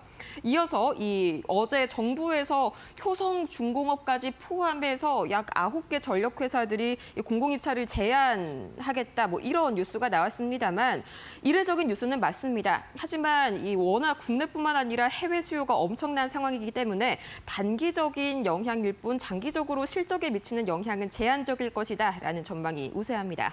이어서 다음 이슈 보도록 하겠습니다. 밤사이에 천연가스 가격이요 7% 이상 강하게 급락했습니다. 특히나 미국 시장에서 좀 강하게 급락이 나왔는데 이 가스 재고가 평균보다 6% 이상 많다는 점이 좀 부각이 됐고요. 또 더위가 생각보다 그렇게 오래가지 않을 것이라는 전망들이 좀 속속들이 나오고 있습니다. 이 때문에 냉방 관련된 수요들이 좀 줄 것이다라는 영향도 있었습니다. 오늘 같은 경우에는 이 한국전력 그리고 한국가스공사 이런 기업들의 경우에는 수입 단가가 하락되면 원가 부담이 당연히 그만큼 하락이 되니까 수혜주로 볼 수가 있겠는데요. 이뿐만이 아니라 다른 이슈도 있습니다. 어제 SMR 특별법안이 국회에서 통과될 것이란 기대감에 두산 에너빌리티가 5% 이상 강세 보였었죠. 마찬가지로 한국가스공사 오늘 국내적인 이슈와 더불어서 이 추가적인 모멘텀들로 가득 채워진 그런 하루가 될 것 같습니다. 이어서 다음 이슈 마지막 보도록 하겠습니다.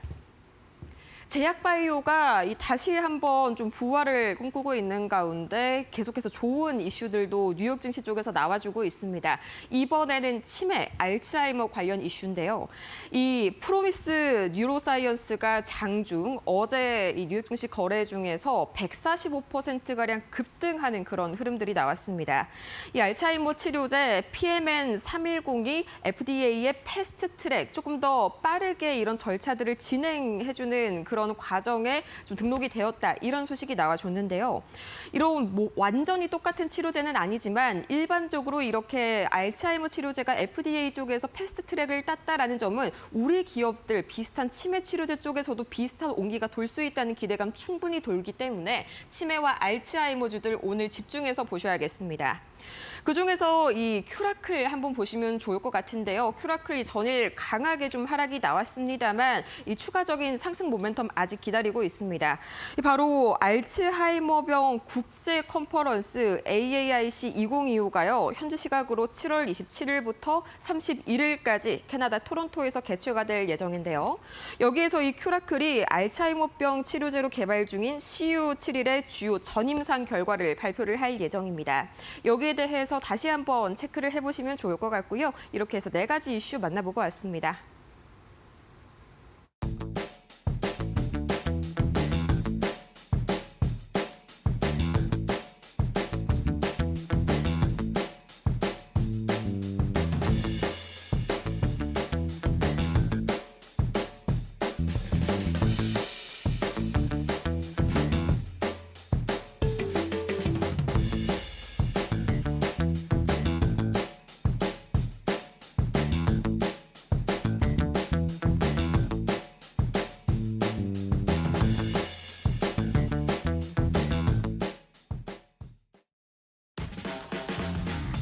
네, 여러분 평일 잘 쉬셨습니까? 7월 22일 화요일입니다. 자, 오늘 이데일리 신문에 나온 내용들 좀 살펴보겠습니다. 오늘 시장 얘기를 좀 주로 준비를 좀 했고요. 마지막에 가서는 뭐 주시장과 관련된 뭐 섹터라든가 종목과 관련된 내용은 아닌데 상당히 이제 시장에 좀 영향을 미칠 만한 내용, 그래서 4가지 오늘 기사들을 준비했습니다. 첫 번째 보죠. 중국 리튬 공장 멈추자 달리는 배터리죠. 예, 배터리주들이 최근 강세죠. 2차 전지주들. 코스닥에 특히 지난주까지 상황이 좀 그랬습니다. 코스닥의 이제 키 맞추기 이 얘기들이 나오면서 이 코스닥이 주가가 지수 상승률이 이제 코스피에 비해서 현저하게 지난주 높았습니다. 그걸 주도했던 게 2차 전지주하고 이제 바이오주 2가지죠. 왜 갑자기 배터리주들이 지난주 이렇게 강한 모습을 보였을까? 일단 촉매제는, 그러니까 촉발점, 트리거는 이 리튬 가격이 올랐던 겁니다. 이 탄산리튬 가격이 올랐다라는 게 있었는데 표 한번 보시죠. 중국 이 탄산리튬은 사실 중국이 거의 대부분을 공급을 합니다. 이게 사실은 그래서 최근에 중국이 이제 다른 나라에 수출을 좀 제한하는, 그러니까 소위 말하는 전략 어떤 산업화, 전략 어떤 제품화 했던 것 중에 하나가 이 원자재죠. 전략 원자재 했던 게 이제 탄산리튬이기도 한데요. 6월 초에, 그러니까 한 달 조금 전이죠. 한 6주 전에 58위안 하던 거, 키로당 하던 게 지금 65위안까지 대략 한 7위안 정도가 오른 거죠. 따지면 10%가 조금 오른 거긴 합니다. 10% 정도 올랐고, 이 탄산리튬 가격이 이제 오른 게 일단 촉매제가 됐는데 왜 탄산리튬 가격이 오른 게 촉매제가 되느냐? 일단 그동안의 배터리주들이 수익성이 안 나왔던 이유, 그다음에 매출이 성장률이 떨어졌던 이유가 이게 이제 이 탄산리튬 가격이 떨어지다 보니까요. 예전에 비싸게 탄산리튬 가격을 좀 탄산리튬을 들여왔던 게 이제 그래서 물건을 만들지 않습니까? 그러면 10에 들어와서 물건을 만들면 이제 10에다가 뭔가 더 추가가 돼야 되죠. 그래서 이제 원가가 물건의 원가가 나오는 건데 배터리의 원가가 또는 소재의 원가가 나오는 건데 이게 이제 계속 떨어지니까 비싸게 샀던 리튬 가지고 원재료 가지고 물건을 만들어서 팔려니 원재료 가격은 그 사이에 떨어지면서 전체적으로 이제 가격은 인하 압박이 좀 있는 거고요. 그러다 보니까 수익성이 안 나오는 거고 매출도 그만큼 높게 가격을 못 치니까 못 쳐받으니까 가격 매출도 안 나오는 그런 형식이었습니다. 그게 사실은 여기 이제 캐즘 때문에 더더군다나 수요까지 줄면서 이게 지금 2차 전지 관련주들, 뭐 배터리주들, 소재주들이 어려운 이유 아니겠습니까? 근데 리튬 가격이 이제 오르게 되면 물건값을 조금 더 올려받을 수 있는 상황이 된다라는 거죠. 그렇게 되면 수익성도 좋아지고 매출도 오른다. 이제 거꾸로 보면 되는 겁니다. 이게 이제 그런 기대감이었는데 중국의 탄산 리튬 가격이 이제 오르고 있는 가장 큰 이유는 그동안 중국에서 워낙에 과잉 생산을 하다 보니까 탄산 리튬 가격이 이제 계속 좀 떨어진 부분들이 좀 있었던 거죠. 근데 공장이 딱 멈추고 이제 수요가 이제 한국 쪽으로 좀 넘어오고 이런 부분들이 있다 보니까 탄산 리튬 가격이 좀 오르고 있습니다. 이제 과잉 생산이 줄어들기 때문에 이제 가격이 좀 올라야 된다 보는 거죠. 이제 이런 부분들 때문에 배터리 관련주들, 2차 전지 관련주들이 좀 그 호재로 좀 보고 있는 거고요. 또 하나는 이제 지난주 초반에 나왔던 얘기죠. 중국이 이제 중국의 이 부분에 대해서 반덤핑 관세를 무려 90%를 부과를 했죠. 93%를 부과했는데 중국산 흑연에 대해서 흑연은 잘 아시는 것처럼 이제 배터리 소재 아주 중요한 그런 재료입니다. 양극재 뭐 다 음극재 다 들어가는데요. 이렇게 되다 보니까 그러면 중국산 흑연이 이렇게 2배 이상 가격이 올라가게 되면 당연히 중국산 흑연을 쓰기가 미국에서 이제 배터리 소재를 만드는 회사들, 배터리를 만드는 회사들이 부담스러워지죠. 그렇게 되면 이제 그걸 대체제할 게 뭐냐? 그게 이제 한국산 배터리 소재를 만드는, 한국산 배터리 소재를 만드는 이제 포스코 퓨처엠 같은 회사가 되는 겁니다. 그래서 포스코 퓨처엠이 지난주부터 주가가 굉장히 좀 뛰지 않았습니까? 이제 그런 모습들 때문에 지금 이세전지들이 좀 오르고 있다. 이제 이게 일단 가장 큰 이유라고 볼 수가 있는 건데요. 두 가지 이유가. 자, 그러면 이제 펀더멘털리하게 보자 이겁니다. 포스코 퓨처엠도 그렇고 LG 에너지 솔루션도 그렇고 뭐 SK 온도 그렇고 등등등 이세전지 이제 셀 업체들이든 이 소재 업체들은 과연 지금 펀더멘털이 이렇게 주가가 계속해서 반등을 나아갈, 그러니까 주가가 계속 강세로 이어갈 만한 뒷받침을 해줄 수 있는 거냐? 그게 좀 아직은 아니라는 거죠. 포스코 퓨처엠의 실적이 좀 나왔는데요. 2분기 실적이 매출은 전년 대비 27%, 영업이익은 무려 70%나 줄었습니다. 이게 새삼스러운 수치가 아니라 계속해서 작년부터 나타났던 현상입니다. 그러니까 나아지질 않고 있다는 거죠, 실적이. 에코프로비엠과 LNF 같은 경우도 이런 대표적인 소재 업체, 뭐 양극재, 음극재 다 만드는 회사들이죠. 이 회사도 마찬가지입니다. 아직 실적이 나오진 않았는데 다들 뭐 그렇게 썩 기대할 만한 건 없을 것이다. 이렇게 전망치들이 좀 나오고 있는 그런 상황입니다. LNF 같은 경우는 7분기 연속 적자를 기록할 것이다. 이런 얘기가 좀 나오고 있는 거고요. 그러니까 이런 식의 어떤 뭔가 변화가 있어서 2차 전지주들이 기다렸다는 듯이 가고는 있는데 펀더멘탈에서 나타난 변화는 2분기까지는 아직은 없다. 이겁니다. 그러니까 이제 이런 부분들이 이제 3분기에 우리 2차 전지 관련주들이 이제 바닥을 찍고 본격적으로 반등할 것이다라는 기대감이 나오는 배경이기도 하고요.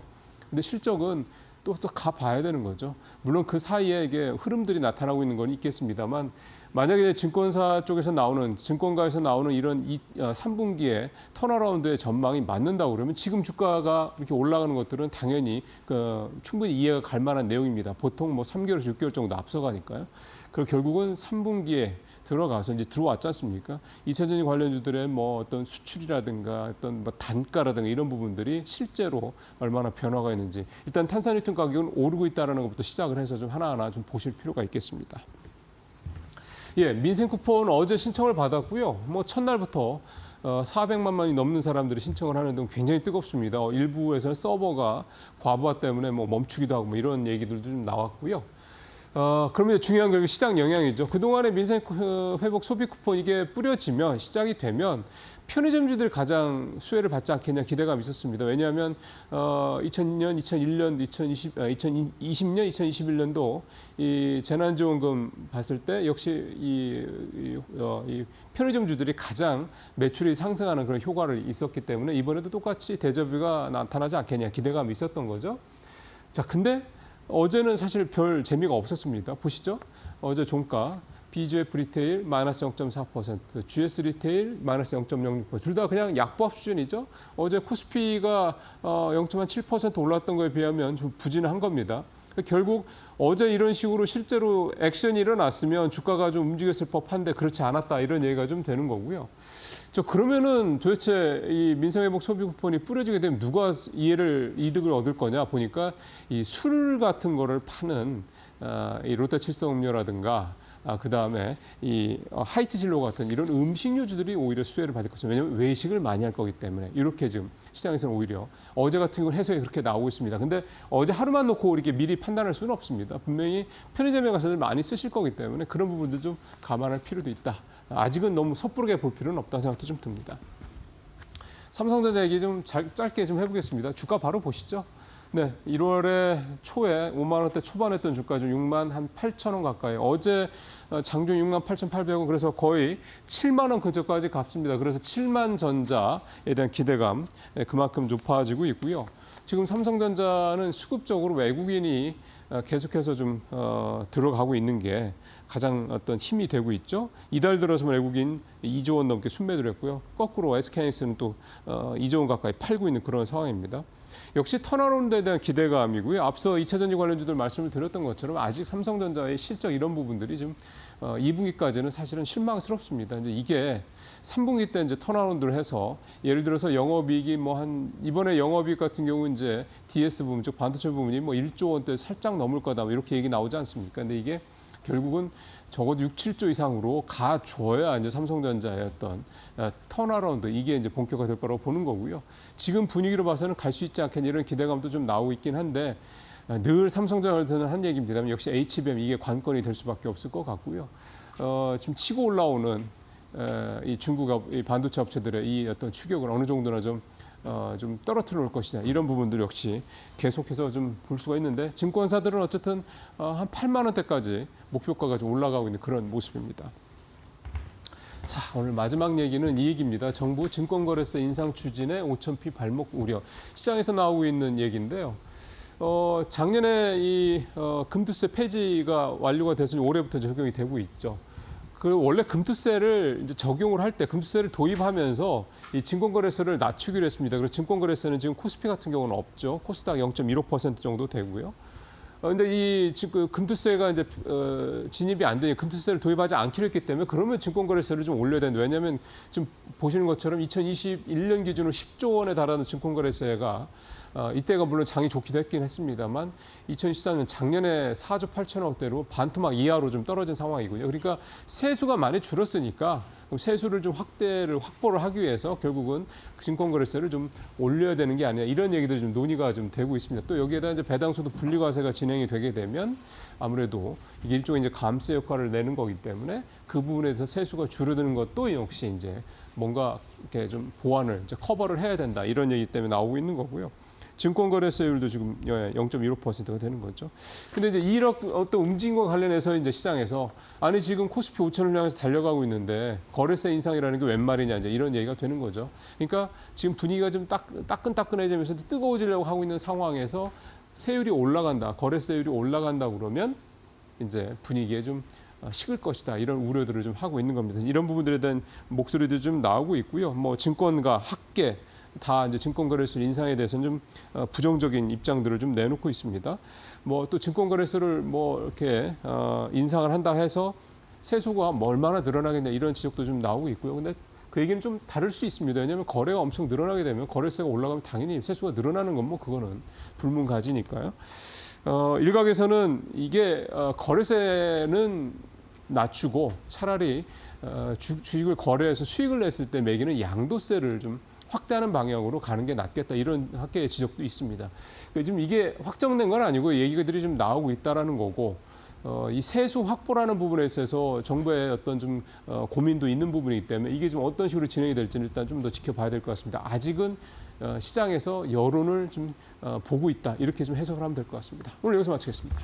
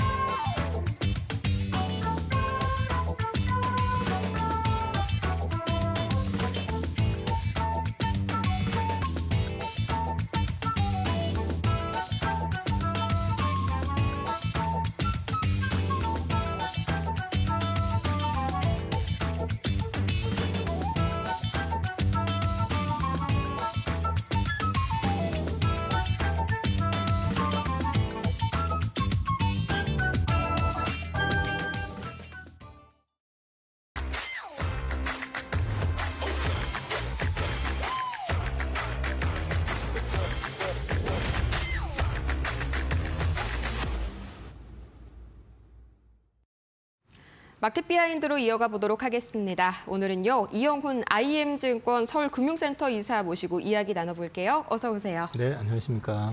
네, 밤사이 뉴욕 증시 거의 막판 1시간 만에 3대 지수가 거의 추락하는 그런 모습이 나왔습니다. 이제 피치 관련 이슈가 한 가지가 있었는데 저는 이걸 보면서 지난 5월에 이제 무디스의 그 등급 하향 조정 여파가 좀 생각이 나더라고요. 이번에는 그만큼의 여파는 좀 미치지 않을까요? 일종의 경고라고 보시면 되고요. 이게 뭐 어떤 등급을 결정한 거나 이런 건 아니기 때문에. 그리고 또 다 사실 아는 내용들이잖아요. 네. 그 이대로 가게 되면은 뭐 부채 비율 같은 경우도 138% 이렇게 올라갈 수밖에 없게 되고, 그다음에 이제 부채가 얼마 더 늘어나게 되고, 그다음에 이제 미국 경기 또 제조가 됐든 어쨌든 이제 사업 쪽에서도 보면은 지금 경기 전반을 놓고 봤을 때 우호적인 쪽보다는 부정적인 쪽으로 갈 수밖에 없다. 이게 관세 여파에 대한 부분들 이런 것들을 이제 얘기를 해놓은 거기 때문에 일반적인 얘기긴 한데 시장이 편안하진 않잖아요. 그러니까 사실 울고 싶은데 울기는 좀 그렇고 애매하게 지금 계속 이제 버텨가는 그런 구간이다 보니까 이런 이슈가 나올 때마다 등락이 있는데 사실 미국이 굉장히 지금 그럼에도 불구하고 강한 거는 그거 재료를 가지고도 지수가 크게 안 빠진다는 거죠. 그러니까 여전히 그냥 전체적으로 강한 증시의 어떤 패턴은 유지가 되고 있는 것 같다. 그 정도 말씀드릴 수 있을 것 같습니다. 다행히 이전 무디스 여파와 같이 굉장히 좀 강한 그런 영향은 제한적일 것이다 이렇게 말씀을 주셨고요. 뭐 이유는 재정 건전성 똑같은 이유입니다만 이번엔 약간 경고성 메시지가 조금 더 뚜렷했던 것 같습니다. 이어서 우리 시장에 미칠 영향도 한번 생각을 해봐야 할 텐데 오히려 이것 때문에 원달러 환율은 오히려 떨어졌습니다. 밤사이에. 뭐 어제 그럼에도 불구하고 외인이 상당히 좀 9천억 원 이상 강하게 들어오는 모습 보였는데 오히려 이렇게 약달러가 지속이 된다고 하면은 더 많은 수급이 들어오지 않을까 하는 그런 기대감이 좀 생기네요. 이게 이제 추세적으로 계속해서 큰 그림으로 보면은 외국인들은 한국물을 팔아댄 금액이 워낙에 많기 때문에 매수를 할 수밖에 없다고 봐요. 근데 이게 뭐 지속적으로 매일같이 그렇게 들어올 것이냐 하는 부분들에 대해서는 솔직히 좀 조심스럽고요. 한국 증시 역시 마찬가지로 지금 증시가 단기에 2,600대에서 지금 3,200까지 쉬지 않고 올라온 상태이기 때문에 지수에 대한 부담은 있거든요. 그래서 어떤 시기든 간에 이런 구간 속에서 투자자들 같은 경우도 특히 외국인 같은 경우도 일종의 조정을 좀 받길 원하는 그런 모습은 있는 것 같아요. 그래서 어저께 같은 경우는 이제 삼성전자를 중심으로 해서 적극적인 매수가 들어왔는데 이게 뭐 추세적으로 계속 된다 이런 맥락보다는 여전히 저는 한국 증시에 대해서 재평가가 이루어지고 있다. 그 정도로만 말씀을 드릴 수 있을 것 같습니다.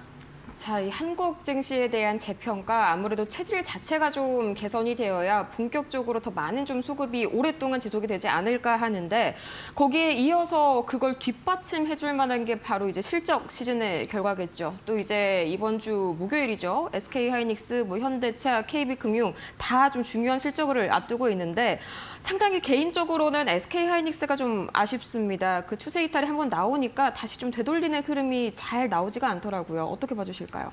SK하이닉스 그날 주가 급락했던 거는 저는 그 좀 우연의 일치라고 하기에는 정황적으로 봤을 때 그 리포트 자체가 뭔가 좀 타이밍을 봤던 것 같아요. 그러니까 그날 삼성전자 이재용 회장 그 무죄 판결이 났고요.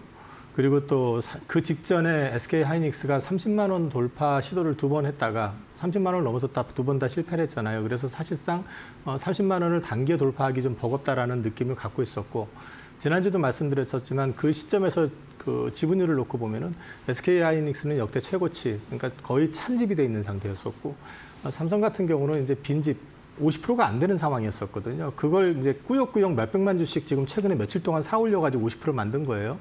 그랬기 때문에 찬집빈집의 개념에서 소위 롱숏 개념으로 해가지고 약간 트리거를 좀 만들어낸 것 같아요. 그리고 그 노이즈가 됐었던 리포트 내용을 가만히 보시면 거기 단서 조항이 있습니다. 단서 조항이라는 거는 26년도 조건에 그 삼성전자가 HBM에서 제 역할을 하지 못할 경우에는 한 10조 원 정도는 더 하이닉스가 이익을 더 낼 거다.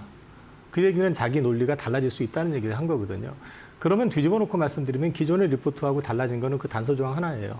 기존의 리포트들은 그 단서 조항을 갖다가 당연히 10조 원 정도 더 높게 이제 봤었기 때문에 했는데 여기는 부정적으로 일단 해놓고 단서 조항이 이럴 경우는 10조가 더 좋아진다. 그러니까 사실 저는 롱숏 개념의 리포트인 거지 그 이상은 아니다라고 보고 있기 때문에 이번 실적 발표는 사실 그거보다는 3분기, 4분기 올해는 좋을 거예요. 그럼 내년에 대한 전망을 물어볼 거란 말이에요. 거기에 대한 이제 하이닉스의 대응이라든지 반응이 어떻게 나올지를 봐야 될 것 같습니다. 한마디로 이번 리포트가 정말 아다르고 어다르다가 좀 이럴 때 쓰이는 말 같습니다. 좀 말씀 주신 대로 상당히 좀 나온 시기도 굉장히 좀 약간 의심스러운 그런 면이 없지 않아 있고요. 또 근데 SK 하이닉스와 더불어서 같이 실적을 발표하는 게 이제 현대차 또 마찬가지로 목요일에 실적 발표를 기다리고 있는데 뭐 역시나 실적 기대감 자체는 크지가 않습니다만 이제 관세 상황이 도래했을 때 얼마만큼의 타격을 받았는지 그게 좀 핵심이 될 것 같네요. 좀 아무래도 실망 매물이 좀 많이 나올까요? 2분기까지는 관세 노이즈에서 100% 노출되지는 않을 거예요. 미리 보낸 것들이 있었기 때문에 재고 소진을 통해 가지고 왔던 부분도 있을 거고, 또 이제 환율 영향도 좀 있을 거고. 근데 삼성전자가 어닝 쇼크가 나왔다고 해서 삼성전자가 박살이 난 건 아니잖아요. 마찬가지 맥락으로 저는 봅니다. 오히려 지금 현대차는 관세 노이즈에서 관세 때문에 볼 피해 자체보다는 오히려 관세가 확정되지 않은 것에 대한 부담이 더 큰 것 같습니다. 단적으로 오늘 기사를 보니까 스텔란티스만 하더라도 2분기 적자 폭이 상당히 크게 예상을 하고 있는 거잖아요. 그럼 뒤집어 놓고 말씀을 드리면 이 관세 영향에서 자유로울 수 있는 기업은 거의 없어요. 그런 맥락에서 놓고 얘기해 본다 그러면 그럼 결국에서는 그 시장 안에서 누가 오히려 승자 독식을 할 것이냐라도 생각해 볼 필요가 있거든요. 그러니까 현대차 같은 경우는 그래서 이번에 실적 자체보다는 관세 상황 하에서 어떻게 대응할 것인지 그리고 그 영향 노출도를 회사는 어느 정도 생각하고 있는지 그리고 거기에 대해서 어떤 포지셔닝을 가져갈 것인지 전기차를 갖다가 뭐 억제한다고 그랬을 때 하이브리드를 늘린다든지 또는 지금 수출이 관세가 25%가 그대로 간다고 했었을 때 예를 들어서 국내보다 현지에 있는 메가 플랜트를 어떻게 활용을 할 것인지 뭐 이런 것들에 대한 좀 구체적인 얘기들 이런 것들을 오히려 더 기다리고 있지 않을까 싶습니다. 저는. 네, 업종 전반이 아무래도 관세에서 자유롭지 못하는 좀 다 같이 기울어진 운동장이기 때문에 이제 실적 자체보다는 이번에는 이후에 나오는 뭐 컨퍼런스 콜에서의 이야기들 이런 쪽에 더 집중을 해봐야 할 것 같습니다. 말씀을 해주신 대로 또 선반영이 된 그런 부분들도 없지 않아 있을 텐데 이 어닝 서프라이즈가 나온다고 한들 오히려 우리 시장에서는 이게 세론으로 이어질 수가 있잖아요. 여기에서 좀 주의해야 할 업종이 있을까요? 글쎄요, 지금 이번 시즌 같은 경우는 국내 증시가 워낙에 삼성전자가 한번 충격을 줘서 그런지 모르겠지만 어닝 쇼크 뭐 이런 것들이 뭐 물론 이제 어닝 서프라이즈 예상인데 쇼크가 나오면 당연히 충격이 있겠지만은 어떤 그 정도의 어떤 큰 충격을 받을 수 있는 이슈는 좀 제한되지 않을까 싶어요, 저는요. 물론 이제 화장품이나 이런 쪽은 워낙에 작은 회사들이 많기 때문에 이제 나올 수가 있기는 한데 예를 들어서 뭐 조선 같은 경우도 다들 이제 어닝은 좋게 예상들을 하고 있잖아요. 근데 좋게 예상을 하고 있지만 사실 어닝이 서프라이즈가 나왔다고 해가지고 1분기 대처럼 10몇 %가 올라가지는 않을 거라고요. 거기에서는 좀 기다리고 있는 거는 추가 수주에 대한 얘기일 거고 또한 이제 미국과 관련된 얘기일 거예요.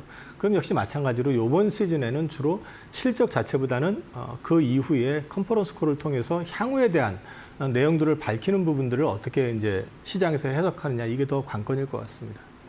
네, 정말 뭐 중소형주도 중소형주지만 작년 1분기 실적 발표였나요? SK 하이닉스 실적 발표하고 나서 5% 가까이 급락이 나왔던 경우를 생각을 해보니까 좀 다시 한번 좀 어지러워지는 것 같습니다.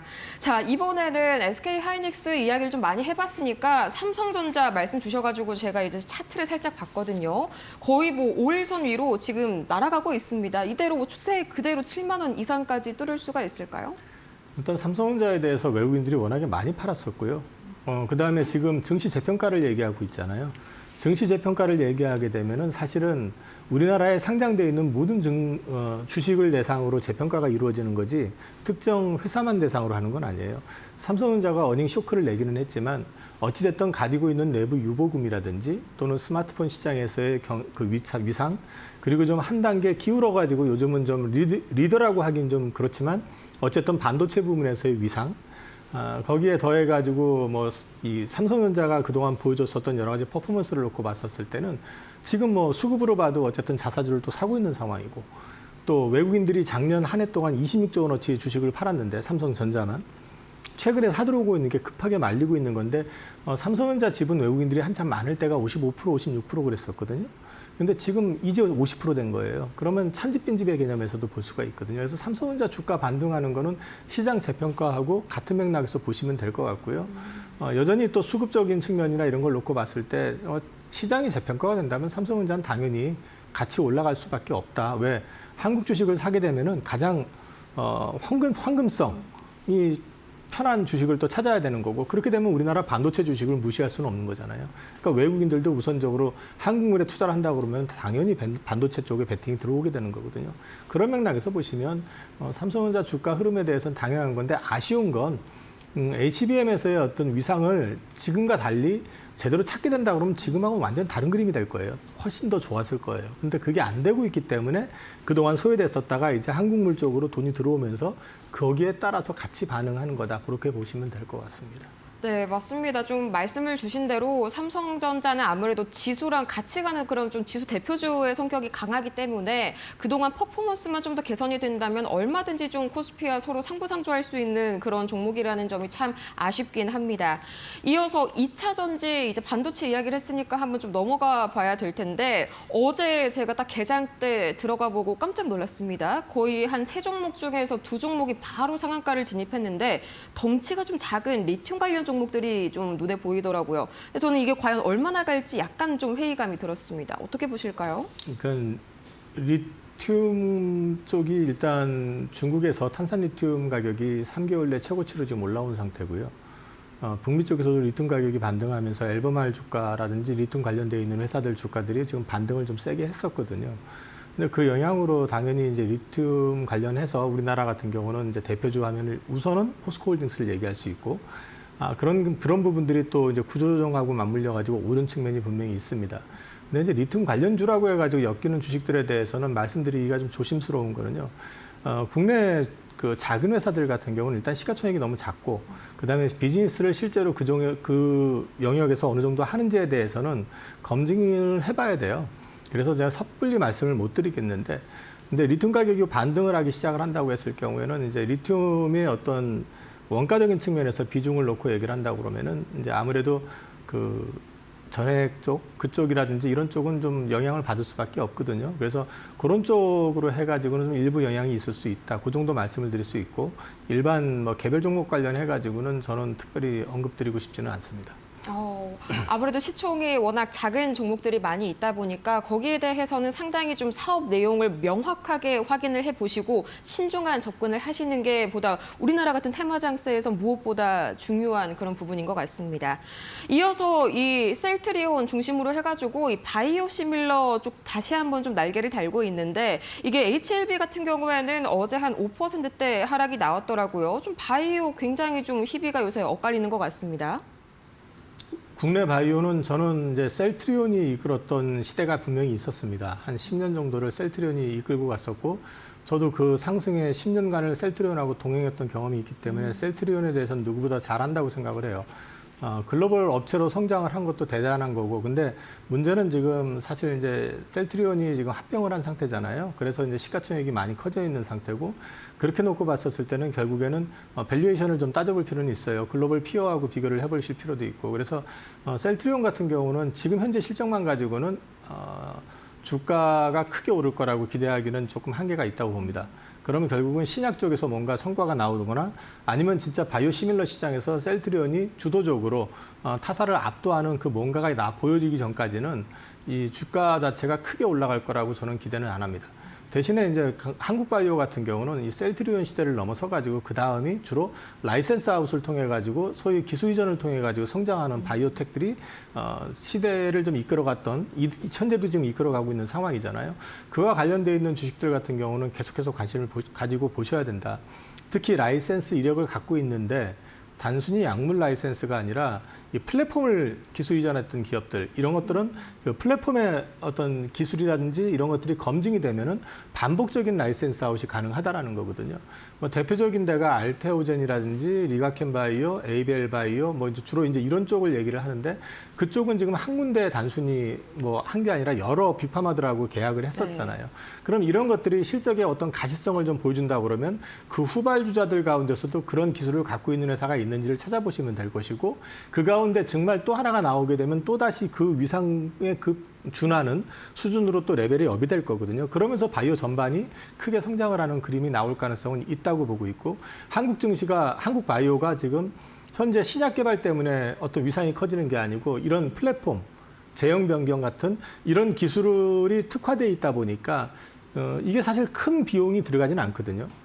소위 말해서 그 신약을 만드는데 엄청난 돈이 들어가는 거에 비해서는 어떤 규모라든지 여러 가지 놓고 봤을 때는 효율적인 측면에서 봤을 때는 이런 플랫폼을 개발을 해가지고 라이센스 아웃하는 게 우리나라한테는 가장 최적화된 바이오 산업일 것 같아요. 그래서 앞으로도 이쪽과 관련되어 있는 것들은 계속해가지고 추적해 보실 필요는 있을 것 같습니다. 네, 말씀을 또 주신 대로 이제 뭐 반도체와 의약품 관세 부과를 한다는 이슈가 왔을 때에도 오히려 위탁 생산을 하게 되면 그런 이슈로부터는 조금 자유로워지는 형태가 되지 않습니까? 이런 점에도 한번 좀 체크를 해보시면 좋을 것 같고요. 이번 주 그래서 대체 어떻게 시장에 좀 대응을 해야 할지 뭐 중요한 SK 하이닉스 같은 실적 발표 이슈도 있고 또 밤사이에 전해진 뉴욕 증시의 악재도 있는데 이 환율이 상당히 좀 약간 완화가 되고 있는 흐름 중에서 어떤 식으로 대응을 해야 할지 좀 갈피를 못 잡으시는 분들 많으신 것 같습니다. 어떻게 한번 대응을 해야 좀 현명하게 할 수 있을까요? 7월 한 달은 계속해가지고 제가 순환매를 강조드렸고요. 쩌리들을 찾아가지고 트리거가 생기면 거기서 반등을 이용해서 수익을 실현하는 정책 전략으로 가시는 게 가장 편안할 거다. 그랬던 대표적인 게 지난주에 바이오가 그랬었고 또 2차 전지가 그랬었죠. 바이오 같은 경우는 알테오젠이 거래소로 이전한다는 이슈가 이제 주목이 됐었고, 그다음에 2차 전지 같은 경우는 리튬 가격의 반등, 중국의 구조조정 이런 것들이잖아요. 또 요즘 보시면은 화학 철강이 갑자기 부상하는 것도 결국 중국 쪽의 구조조정 이슈잖아요. 그런 것들처럼 약간 좀 그 상대적으로 좀 많이 올라 있었어도 또 길게 횡보했던 기업들이 있잖아요. 이제 기간 조정을 받았던 그런 것들이라도 어떤 이슈가 모멘텀이 생기면은 계속해가지고 순환매 형식으로 움직이기 때문에 지금은 순환매라는 걸 좀 염두에 두시고 시장에서 접근을 하시더라도 너무 많이 올라가는 걸 쫓아가시는 것보다는 그런 쪽으로 길목 지키기 이런 차원으로 접근을 해보시고요. 시장이 사실 펀더멘탈로만 보면 매크로만 보면 편안하진 않습니다. 근데 그럼에도 불구하고 계속해서 순환매가 이루어지고 있다는 얘기는 그만큼 아직까지 수익에 목이 말라 있다는 걸 반증해주고 있기 때문에 여전히 종목 장세는 계속될 것 같습니다. 네, 말씀해 주신 대로 뭐 아직까지 거래대금이나 예탁금 같은 경우에도 상당히 좀 여유가 있는 편이고요. 뭐 유동성 장세는 앞으로 유지가 될 겁니다만 그걸 과연 실적들이 잘 뒷받침을 해줄지가 조금은 걱정이 됩니다. 자, 저희 이렇게 해서 오늘 한번 저희 이영훈 IM증권 서울금융센터 이사와 함께 이야기 나눠봤습니다. 좋은 말씀 고맙습니다. 오늘 저희가 준비한 소식은 여기까지고요. 잠시 후에 이어지는 마켓나우 1부에서 더욱더 자세한 투자 전략 세워가시길 바랍니다. 오늘도 함께해 주신 여러분 고맙습니다.